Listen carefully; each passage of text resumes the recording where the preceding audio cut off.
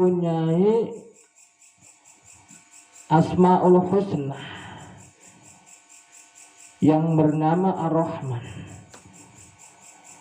Karena sifat Ar-Rahman inilah sehingga seluruh makhluknya Allah yang ada di dunia ini, baik yang takwa, baik yang beriman, baik yang maksiat, baik yang kafir sekalipun, tetap dikarunai rezeki.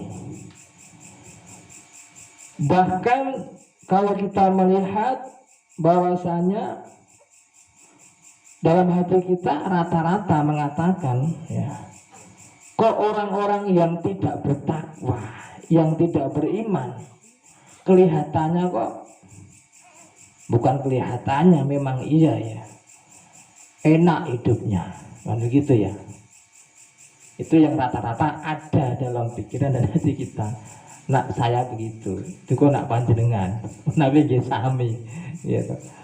Kok penak-penak nggih, masya Allah. Wong sing ora iman kepenak-penak, masya Allah. Kenapa seperti itu? Ya memang karena itu haknya Allah seperti itu. Allah mempunyai sifat Ar-Rahman. Sementara Ar-Rahimnya Allah Subhanahu wa ta'ala itu khusus untuk hamba-hambanya yang hanya percaya kepada Allah Subhanahu wa ta'ala, yang mau percaya kepada Allah, yang mau melaksanakan apa yang diperintah Allah, yang mau menjauhi apa-apa yang dilarang oleh Allah Subhanahu wa ta'ala. Di sini Asy-Syaikh Syihabuddin Ibnu Imam Hajar Al-Asqalani itu mempunyai atau memberikan di situ ya nasihat-nasihat yang termaktub di dalam kitabnya, yaitu Nasaihul Ibad, yaitu nasihat untuk para ibad, para hamba, para abdi, para kawula. Di dalam nasihat ini terdiri daripada makalah-makalah. Wa jumlatul makalah, jumlahnya makalahnya yaitu ada mi'atani wa arba'u asyrota, yaitu ada 214 makalah. Al-akhbaru, sementara hadisnya yaitu khamsatun wa arba'una, yaitu ada 5 dan 40, berarti 45. Wal bawaki, dan selebihnya yaitu asar. Asar itu adalah dawuhnya para sahabat.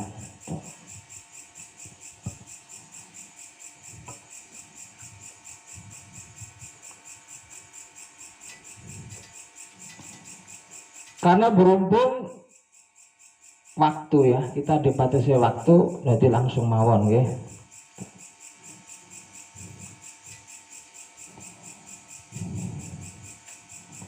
Al-Imam Syihabuddin Ibnu Hajar Al-Asqalani di awal nasihatnya yaitu bi'diyani hadisaini, itu mendatangkan dua hadis syarifaini jalilaini, yang mulia keduanya. Hadis itu yang mulia. Fal hadisul awal, mongko utawi hadis yang awal yaitu ajayani, yang mengijayai ya ni kepada Al-Imam Syihabuddin. Siapa yang menjaya? Yaitu Al-Alamah Syekh Muhammad Khatif Asy-Syami Summal Madani Al-Hambali, yaitu yang bangsa madhab Imam Hambali.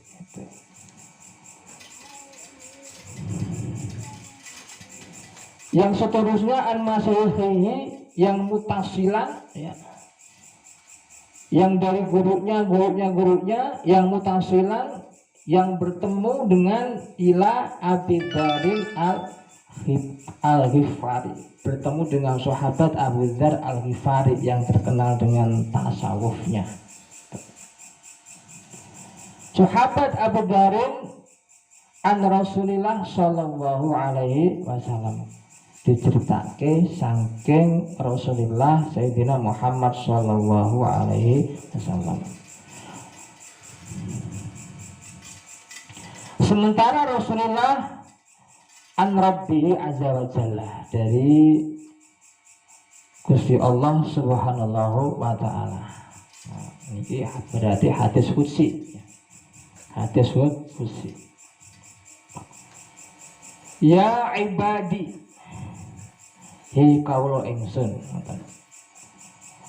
Allah ngendikan mekaten, ya ibadi, hei kawula ingsun, ini temen sedune ingsun, haram tu iku ngaramna sapa ingsun al-zulma ing nganingaya. Hei hambaku, sesungguhnya saya ini mengharamkan al-zulma pada sesuatu yang bersifat nganingaya, zalim. Mengharamkan kepada siapa? Ala nafsi ing atase awak dhewe ingsun. Jadi Allah tentuku mengharamkan kezaliman pada zatnya Allah sendiri. Apa itu zalim? Zalim yaitu adalah sesuatu yang tidak pada porsinya.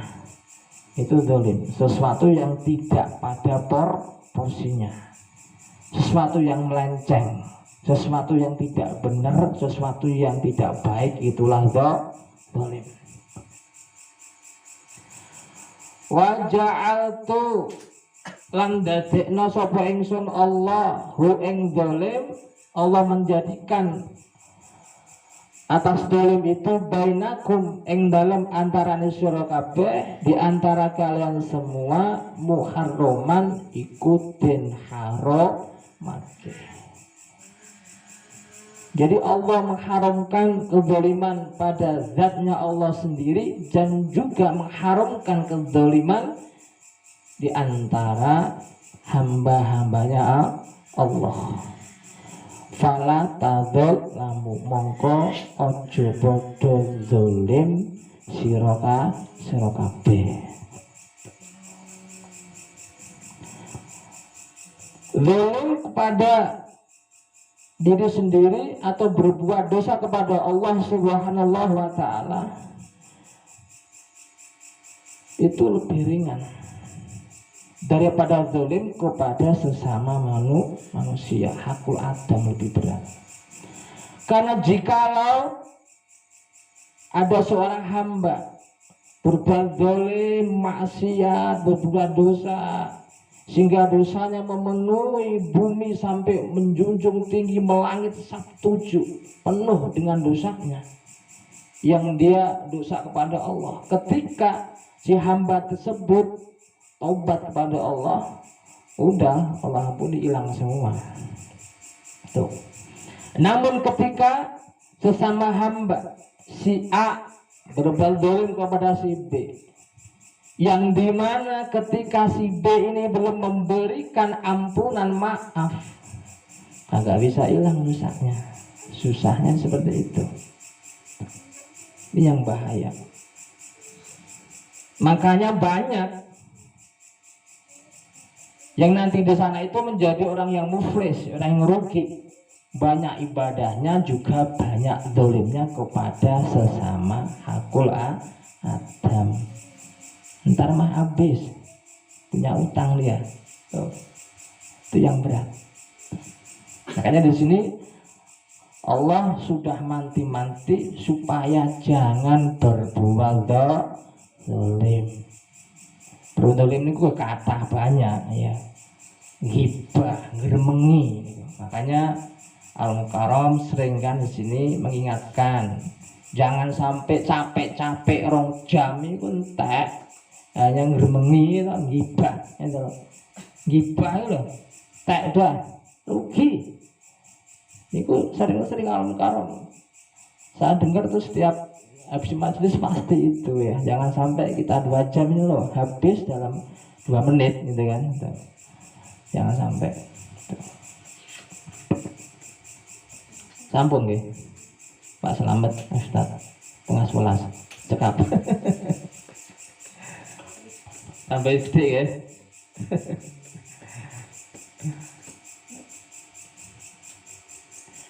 Ya ibadi, sapane Allah dateng kawulane. Hei kawulaku kullukum utawi sekabehane sira kabeh zalun iku kesasar. Jadi seluruh hamba-hambanya Allah itu zalun, tersesat, ilaman kejaba wong. Hadaituhu kejaba wong hadaituhu kang nyuwun to kang njaluk pituduh sapa wong.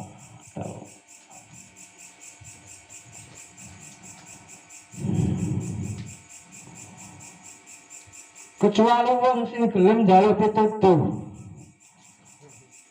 fastahduni mongko bakal aweh pituduh sapa ingsun. Jadi sapa wong sing gelem njaluk petunjuk karo Allah, mongko Allah bakal memberikan petunjuk. Ahdi mongko bakal aweh petunjuk sapa ingsun Allah kum ing sira kabeh. Jadi hakikatnya seluruh hambanya Allah itu dhalun, tersesat. Maka supaya kita tidak tersesat dalam apapun, selalu mintalah petunjuk kepada Allah Subhanahu wa ta'ala. Akan membangun rumah, minta petunjuk, ya Allah kira-kira baik enggak saya bikin rumah tingkat gitu. Saya mau misalnya beli tanah di sana, minta petunjuk, ya Allah kira-kira baik enggak saya beli tanah di sana. Apakah lebih baik uangnya ini saya buat bantu bangun pondok kan begitu sih ibaratnya kan, minta petunjuk gitu loh. Maka akan dikasih petunjuk. Apalagi itu yang dalam pikirannya masih angen-angen gitu, pengen nambah, itu jalur petunjuk sih. Minta petunjuk dulu, jangan asal gitu. Nah, kira-kira ya Allah gimana nih kalau saya nambah gitu, kuat enggak nih kan begitu. Seperti itu. Pokoknya apapun supaya minta petunjuk kepada Allah. Ahdikum mongko Allah bakal memberikan petunjuk. Karena hakikatnya manusia sudah jelas, zalun, tersesat. Jikalau tidak mau minta petunjuk kepada Allah, ya tersesat. Terus bagaimana Pak Ustadz ini sama orang awam gitu, sama tidak bisa komunikasi dengan Allah, terus bagaimana? Kalau tidak bisa komunikasi dengan Allah, ya pakai wasilah. Wasilah orang yang bisa usul itu atau nyambung dengan Allah Subhanahu wa ta'ala. Siapakah mereka? Yaitu para alim ulama. Karena apa? Karena petunjuknya Allah, hidayahnya Allah itu tidak langsung jelek turun, itu tidak, tapi dilewatkan oleh Allah lewat para alim ulama tuh di situ. Seperti itu. Kenapa seperti itu? Iya. Karena juga dalam hadis qudsi yang lain pernah Kanjeng Nabi niku tanya kepada malaikat Jibril tentang ulama. Siapakah itu ulama wahai Jibril? Dijawab oleh Jibril, al ulama'u siraju umatika. Wahai Muhammad, ulama adalah cahaya bagi umatmu, cahaya di dunia wal akhirat. Itu ulama. ibarat cahaya. Jadi dunia ini kalau tidak ada cahaya gelap. Dunia ini kagak ada ulama, gelap.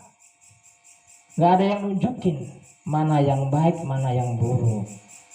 Termasuk umpama kita mah ada masalah-masalah yang muskil, yang robot. Nah, kalau kagak ada petunjuk ulama, kita mau tunjuk sama siapa? Nah, itulah pentingnya ulama. Jadi kalau kita belum bisa langsung kepada Allah lewat para ulama, nah alhamdulillah di sini di Puri ya Allah hadirkan ya ulama-ulamanya dari mulai Al-Mukarram ya, Mukarram, Abah Kiai Mundakir, juga Abah Kiai Arif dan yang lainnya. Bisa kita jadikan wasilah untuk minta petunjuk dari Allah Subhanahu wa ta'ala. Amin amin ya rabbal alamin. Itu yang bisa kita sampaikan. Wa muwaffiq ala wa mithoriq. Assalamualaikum warahmatullahi wabarakatuh.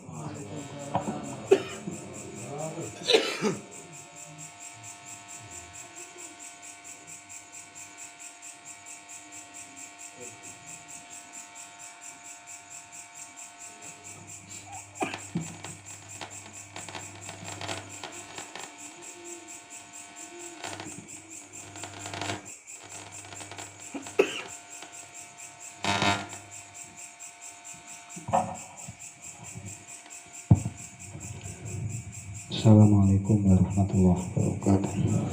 Jamaah rahimakumullah, mari kita mulai bersama pembacaan zikir rotib yang kita awali dengan tawasul, dengan niatan murni takar pendekatan diri kepada Allah Subhanahu wa ta'ala tanpa niatan lain.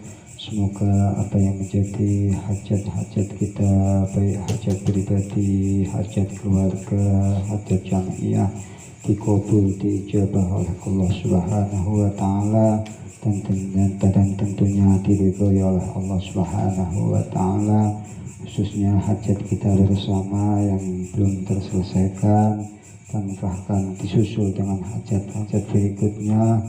Semoga diberikan kemudahan oleh Allah Subhanahu